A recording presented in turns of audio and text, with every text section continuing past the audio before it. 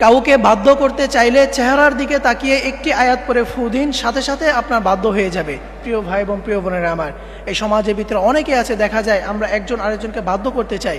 আমাদের কোনো ভালোবাসা মানুষ অথবা কোনো আত্মীয় স্বজন অথবা সন্তান স্ত্রীকে অথবা স্ত্রী সন্তানকে অথবা মা বাবা তার সন্তানকে, সন্তান তার মা বাবাকে, যে যাকেই যদি কেউ বাধ্য করতে চায় তাহলে অবশ্যই শুধুমাত্র কোরআনের একটি আয়াত পড়ে যদি ফু দিতে পারেন, সাথে সাথে সে আপনার বাধ্য হয়ে যাবে। প্রিয় ভাই এবং প্রিয় বোনেরা আমার, তবে অবশ্যই এটা হালালভাবে করতে হবে।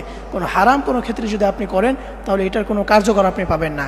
আপনি যদি হারাম রিলেশনের ক্ষেত্রে করেন তাহলে কখনো আপনি এটা কার্যকর পাবেন না। আপনি হালালভাবে করতে পারেন, স্বামী স্ত্রীকে করতে পারেন অথবা স্ত্রী স্বামীকে করতে পারেন, সন্তান মা বাবাকে অথবা মা বাবা সন্তানকে করতে পারেন। অনেক ক্ষেত্রে দেখা যায় যে মা বাবাও অনেক সময় সন্তানের কথা শোনে না।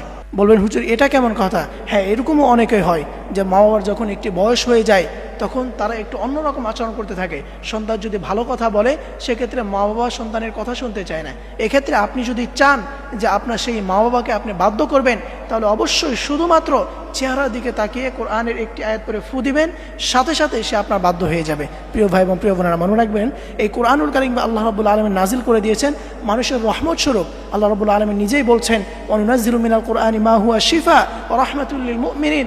আমি এই কোরআনটাকে নাজিল করে দিয়েছি মানুষের শেফা স্বরূপ এবং মুমিনদের জন্য রহমত স্বরূপ। সুতরাং এই কোরআনের ভিতরে সকল কিছু রয়েছে। আপনি এই কোরআন দ্বারা যদি সঠিক নিয়মে আপনি যদি আমল করতে পারেন তাহলে ইনশাআল্লাহ অবশ্যই আপনি এটার ভালো ফলাফল পাবেন। এই জন্য প্রিয় ভাই প্রিয় বোনেরা আমার, আপনি যদি কাউকে বাধ্য করতে চান তাহলে অবশ্যই চেহারার দিকে তাকিয়ে শুধুমাত্র কোরআনের একটি আয়াত পড়বেন। সে আয়াতটা হচ্ছে 22 নম্বর পারা 16 নম্বর পৃষ্ঠা 3 নম্বর লাইন, সূরা ফাতিরের একটি আয়াতের অংশ। সেই অংশটুকু হচ্ছে ইন্নাল্লাহা ইউসমিউ মাইয়াশা, ইন্নাল্লাহা ইউসমিউ মাইয়াশা। এটা পড়ার নিয়ম হচ্ছে আপনি যাকে বাধ্য করতে চান সেই ব্যক্তিকে যখনই আপনি দেখবেন আপনি সর্বপ্রথম দরুদ শরীফ পাঠ করবেন।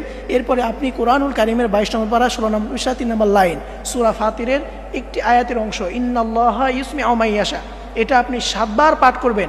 এরপরে আপনি দূর থেকে ওই ব্যক্তির চেহারার দিকে তাকিয়ে আপনি ফু দিবেন, তাহলে দেখবেন ইনশাআল্লাহ সাথে সাথে আপনি এটার ফলাফল পেয়ে যাবেন। আল্লাহ তাআলা আমাদের সকল ভাই এবং বোনদেরকে এই কোরআনুল কারীমের সঠিক যে আমল এটা করার তৌফিক দান করুক। সকলেই পড়ি আমিন।